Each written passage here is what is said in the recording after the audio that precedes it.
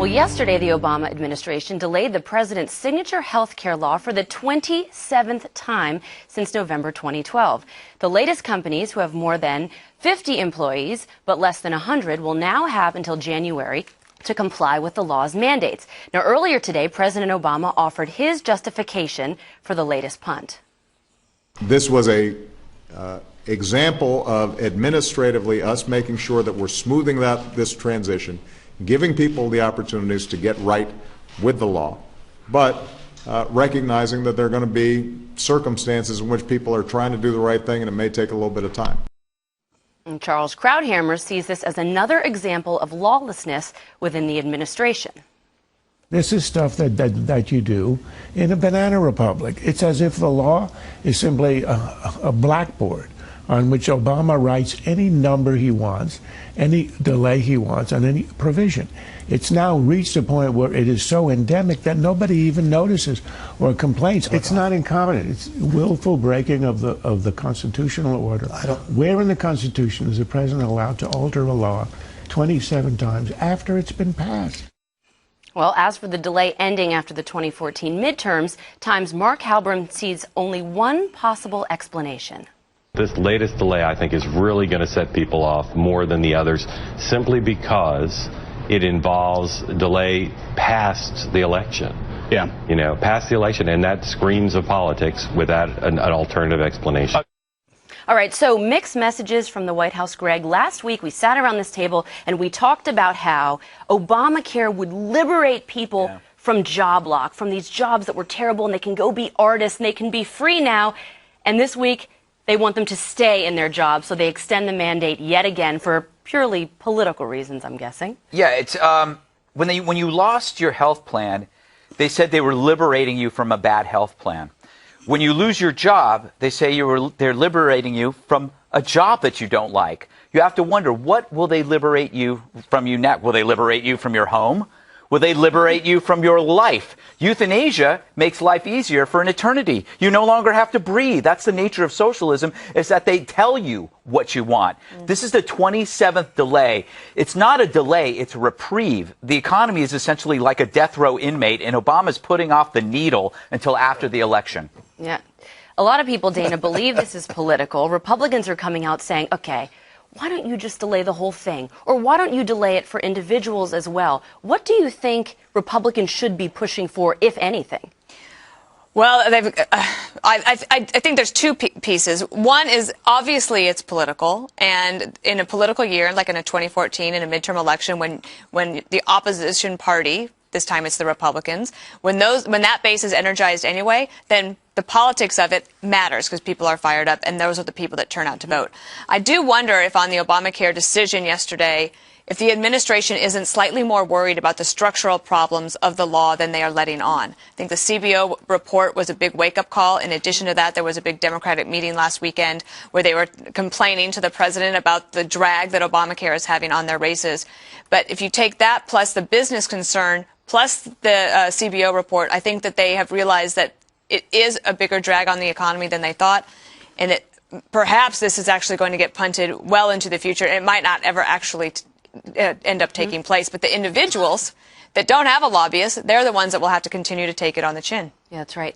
Eric, Charles Krauthammer went on to say that he believes eventually the mandate will go away. Do you think that's true? Do you think they will have to scrap the mandate?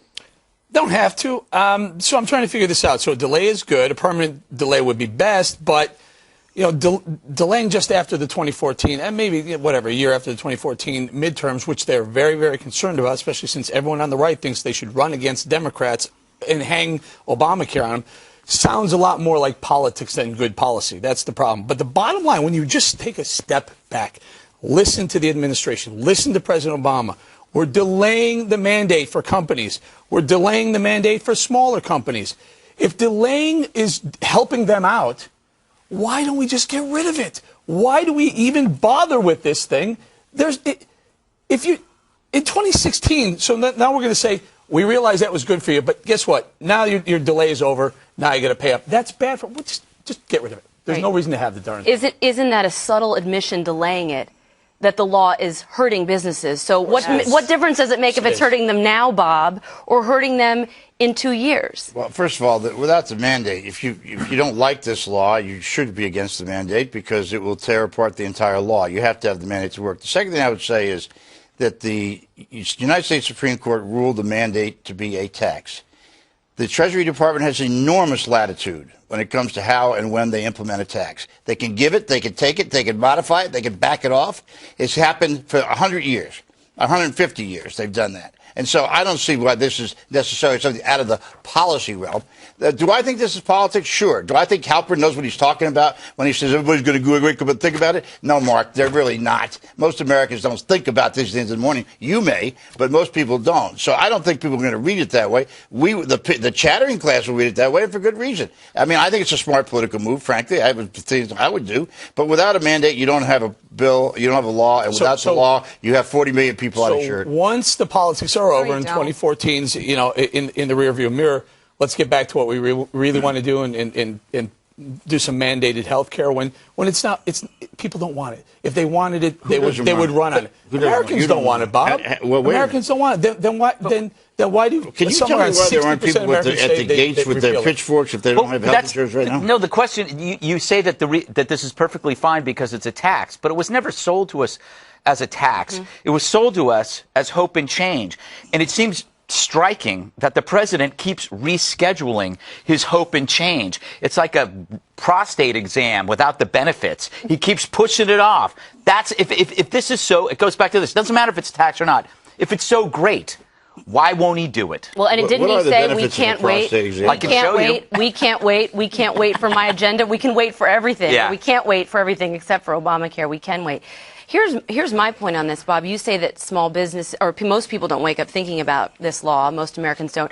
I think most business owners do, and I think most business owners' employees do as well, because they want to know what their boss is planning for the next year and following years, because that's how business owners plan.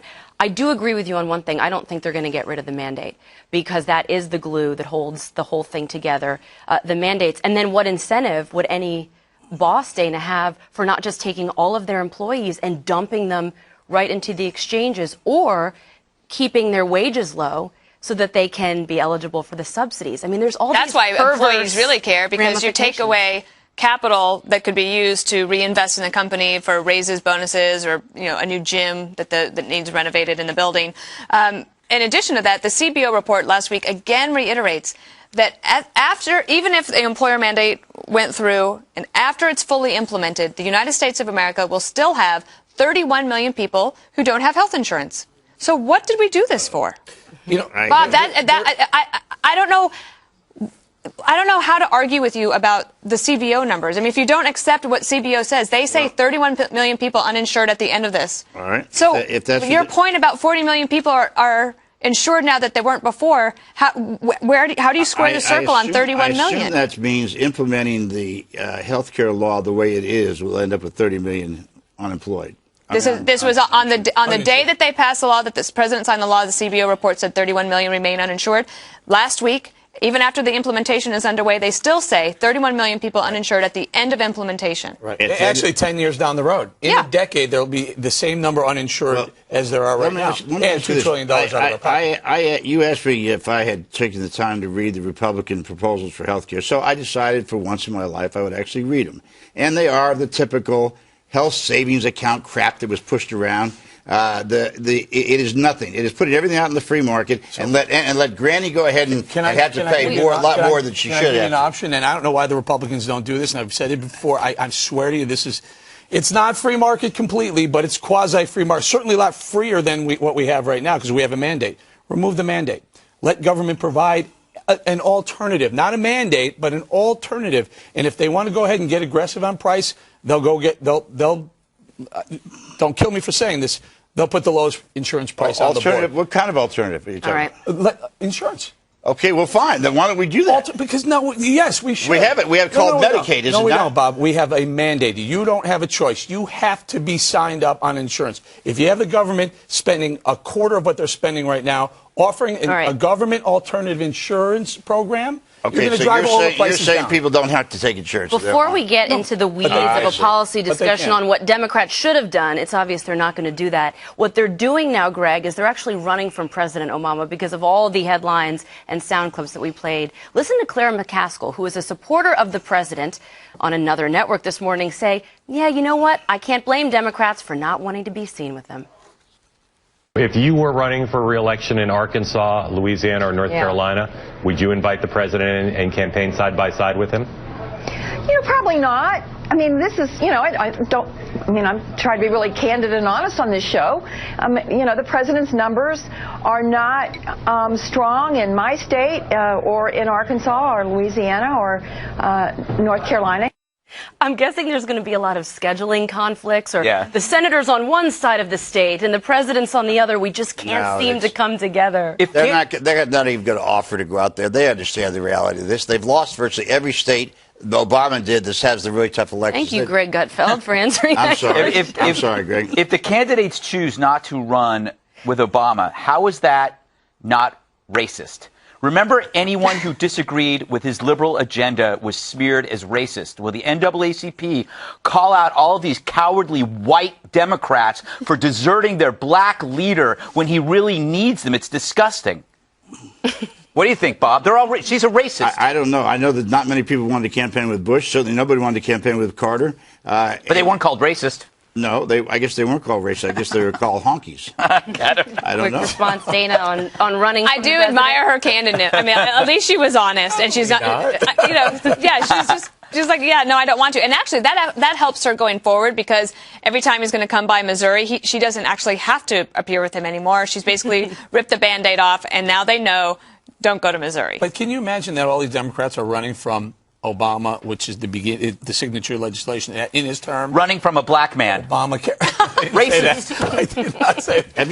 Have you ever seen somebody in a tough Senate race get close to a president with negative my point is, if Obamacare was really popping and everyone loved it, they'd all want Obama in their state going, hey, this is my deal, this is our deal. If you were a liberal, everybody would love you. We helped him pass that. All now right, what's going to happen is Republicans are going to say, Eric. he helped him pass that. Okay. Ahead.